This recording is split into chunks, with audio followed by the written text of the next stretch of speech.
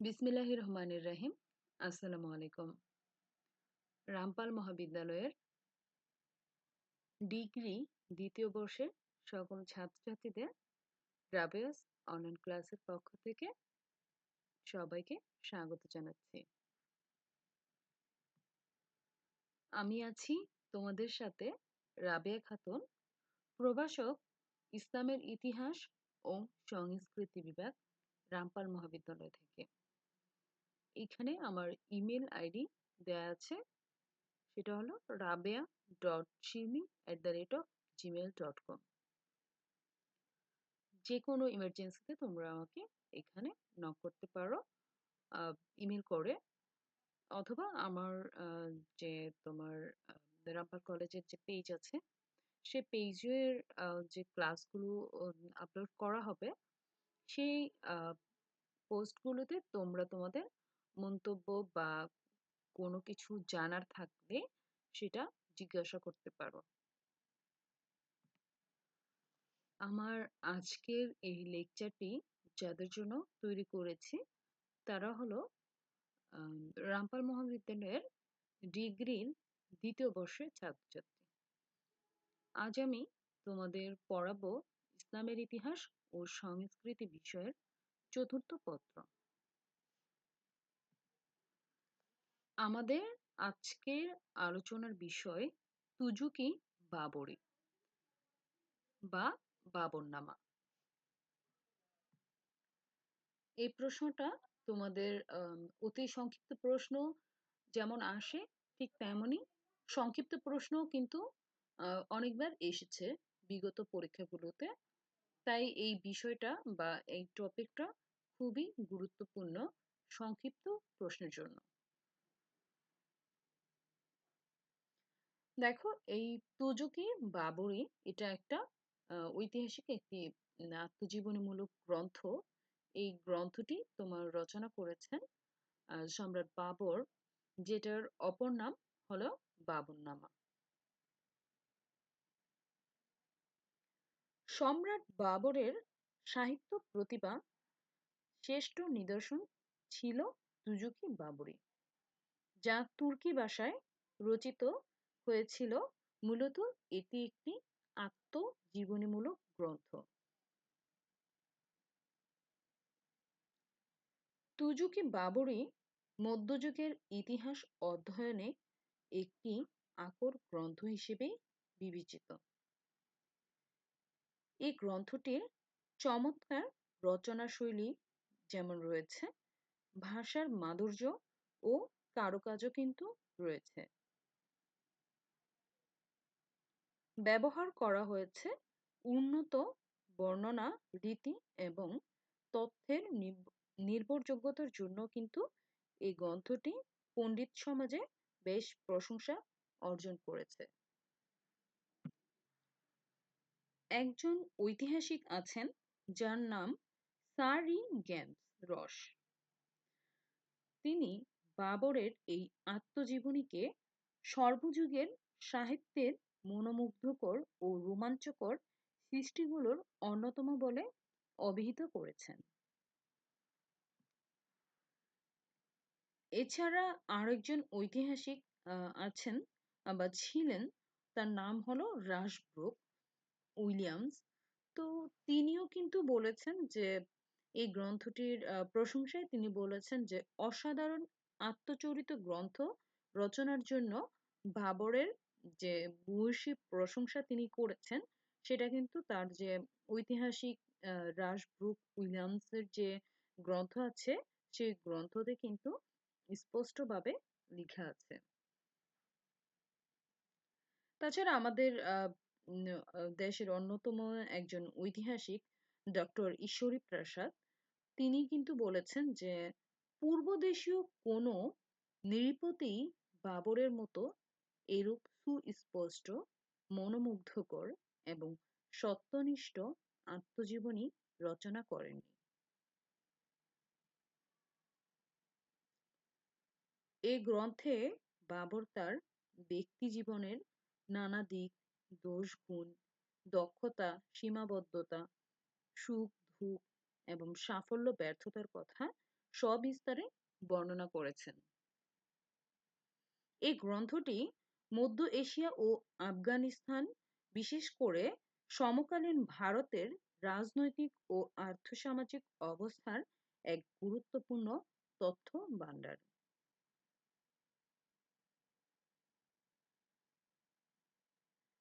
বাবর তার বর্ণনায় ভারতের শহর ও গ্রামগুলোকে অপরিচ্ছন্ন ও অস্বাস্থ্যকর বলে উল্লেখ করেছেন। দেখো, এই যে তার বর্ণনা, সমকালীন বর্ণনা, সেটার মাধ্যমে কিন্তু সেই যে তোমার সেকালের যে তোমার পরিবেশগত যে একটা বৈশিষ্ট্য ছিল, সেই পরিবেশগত বৈশিষ্ট্য সম্পর্কেও কিন্তু এখানে জানতে পারছি আমরা।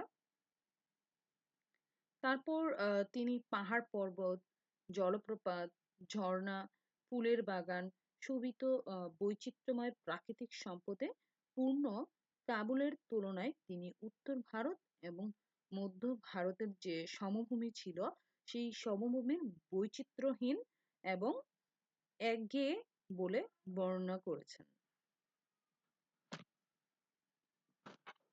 অর্থাৎ তিনি কি করেছেন?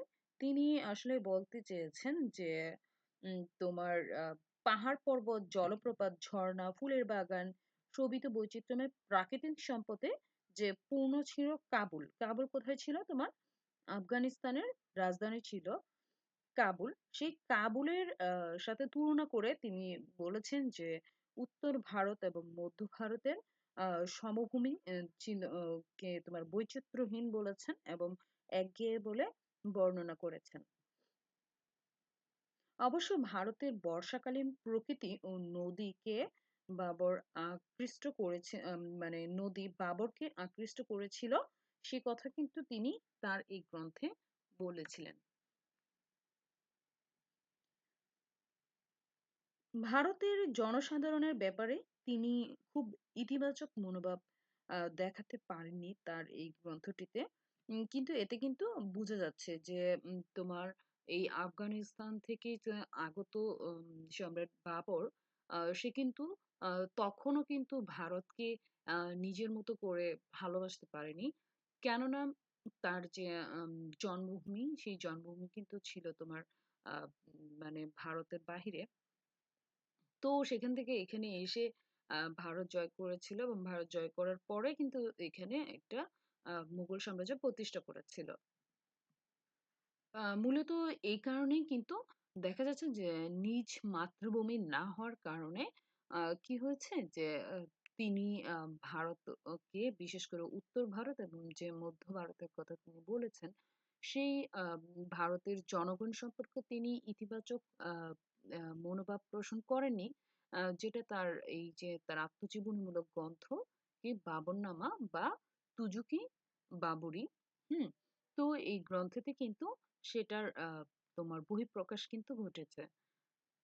তো এই গ্রন্থটা আসলে সমকালীন ইতিহাস জানার অন্যতম একটি প্রাথমিক তথ্য হিসেবে আমরা এটাকে ব্যবহার করতে পারি। যদিও এটা তোমার তুর্কি ভাষায় রচিত ছিল, এটা পরবর্তী সময়ে তোমার ইংলিশে এটাকে অনুবাদ করা হয়েছে।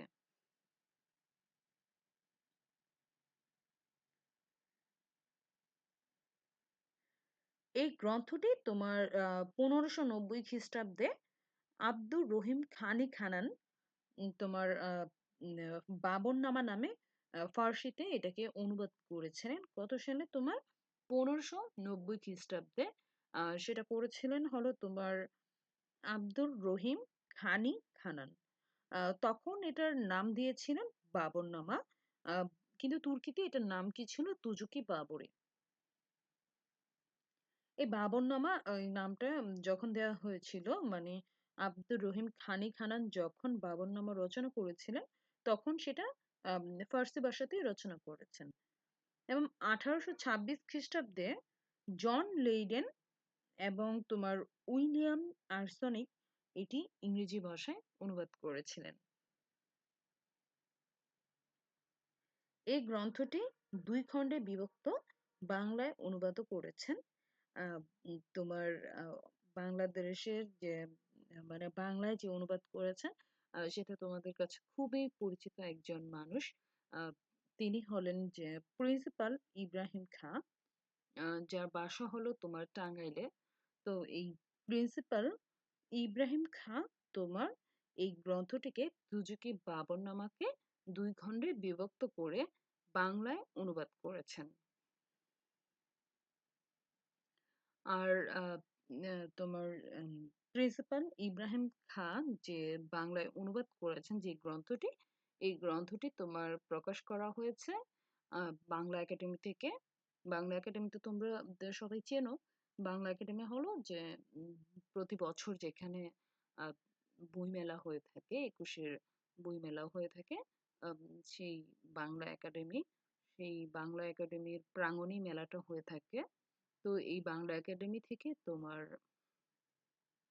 প্রিন্সিপাল ইব্রাহিম খাঁ এই তুজুকি বাবরি বা বাবরনামার বাংলা অনুবাদ করেছিলেন।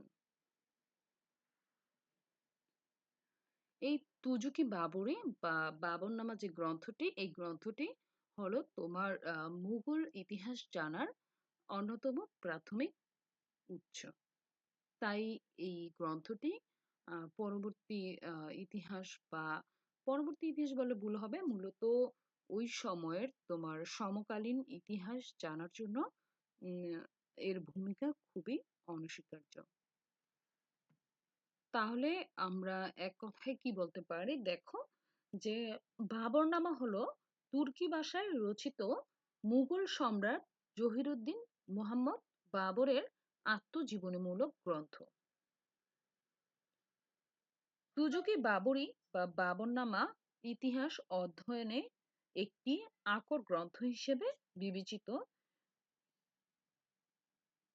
তাছাড়া এই গ্রন্থে বাবর তার ব্যক্তি জীবনের সাথে সাথে তোমার ব্যক্তি জীবনের যেমন বিভিন্ন দিক বা তার দোষ গুণ, সীমাবদ্ধতা, বিচক্ষণতা, সুখ দুঃখ ইত্যাদি সাফল্য ব্যর্থতার কথা কিন্তু সবিস্তারে বর্ণনা করেছেন। এই গ্রন্থের মাধ্যমে আমরা বাবরের আত্মজীবন সম্পর্কে যতটুকু জানতে পারি, আহ, তাছাড়া তার চেয়ে কিন্তু বেশি আমরা ওই সময়ের যে সমকালীন যে অবস্থাটা ছিল, মানে সমকালীন ইতিহাস, ওই তৎকালীন ইতিহাস কিন্তু আমরা এই গ্রন্থের মাধ্যমে জানতে পারি। এটি একটি তোমার অন্যতম নির্ভরযোগ্য তথ্য। কি জানতে তোমার মুঘলদের ইতিহাস জানার জন্য এটি একটি অত্যন্ত তথ্যবহুল ও নির্ভরযোগ্য একটি গ্রন্থ। এই হলো সুজুকি বাবুরি বা বাবরনামা সম্পর্কে মানে আলোচনা। আমি খুব অতি সংক্ষিপ্ত আকারে বললাম, বা এর চেয়ে বেশি আর মনে হয় না প্রয়োজন পড়বে সংক্ষিপ্ত প্রশ্নের জন্য, কারণ সবকিছুরই একটা সীমাবদ্ধতা রয়েছে। তো যতটুকু আমি তোমাদের বলেছি, তোমরা যদি আহ, এই সম্পূর্ণটুকু লিখতে পারো, আশা করি তোমাদের নাম্বার কাটা হবে না, খুব মানে উপযুক্ত নাম্বারই তোমরা পাবে। আজ এ পর্যন্তই। আমি পরবর্তী ক্লাসে তোমাদের হয়তো অন্য কোনো টপিক নিয়ে আলোচনা করব। ততদিন তোমরা নিরাপদে থাকো, সুস্থ থাকো। আল্লাহ হাফেজ।